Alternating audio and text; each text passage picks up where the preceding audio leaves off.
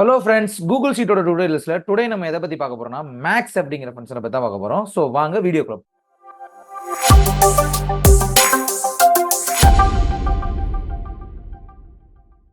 Maths அப்படிங்கிற function எதுக்காக use பண்றோம்னா, நம்ம செலக்ட் பண்ணிக்கிற ரேஞ்சில் அதிகபட்சமான மேக்ஸிமம் வேல்யூ என்னமோ அதை தெரிஞ்சுக்கிறதுக்கு மேக்ஸ் அப்படிங்கிற ஃபங்க்ஷனை யூஸ் பண்ணி தான் நம்மளால தெரிஞ்சுக்க முடியும். ஸோ இது நிறைய கால்குலேஷனுக்கு நம்மளுக்கு இது யூஸ் ஆகும். இது வந்து கூகுள் ஷீட்டோட ஒரு ப்ரீ மேடு ஃபங்க்ஷன். ஸோ இது எப்படி பண்றது அப்படிங்கிறத பத்தி வாங்க பார்க்கலாம்.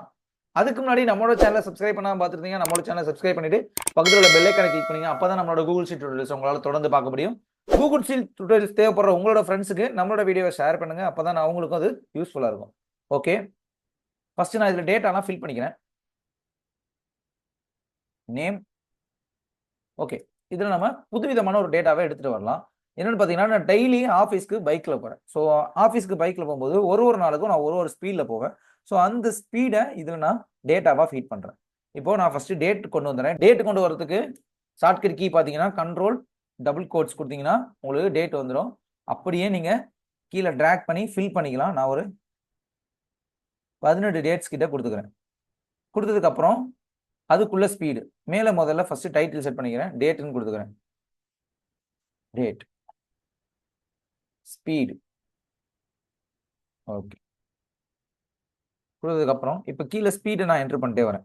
ஒரு நாள் 85ல் போகிறேன்.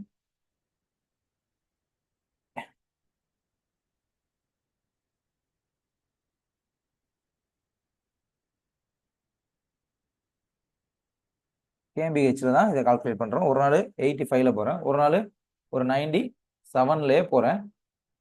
ஒரு நாள் ஒரு 45ல் போகிறேன். ஒரு நாள் 70ல் போகிறேன் கரெக்டாக.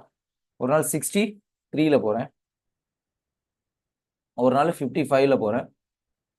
ஒரு நாள் 30லே போயிட்டு திரும்பி வந்துடுறேன். ஒரு நாள் ரொம்ப டிராஃபிக்கு, அதனால 23ல் மெயின்டைன் பண்ணுறேன். ஒரு நாள் ஃப்ரீயாக இருக்கிறதுனால 90ல் க்ரூஸ் பண்ணுறேன்.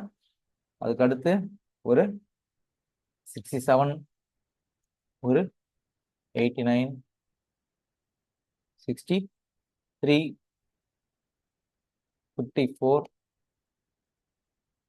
50, 31, 49,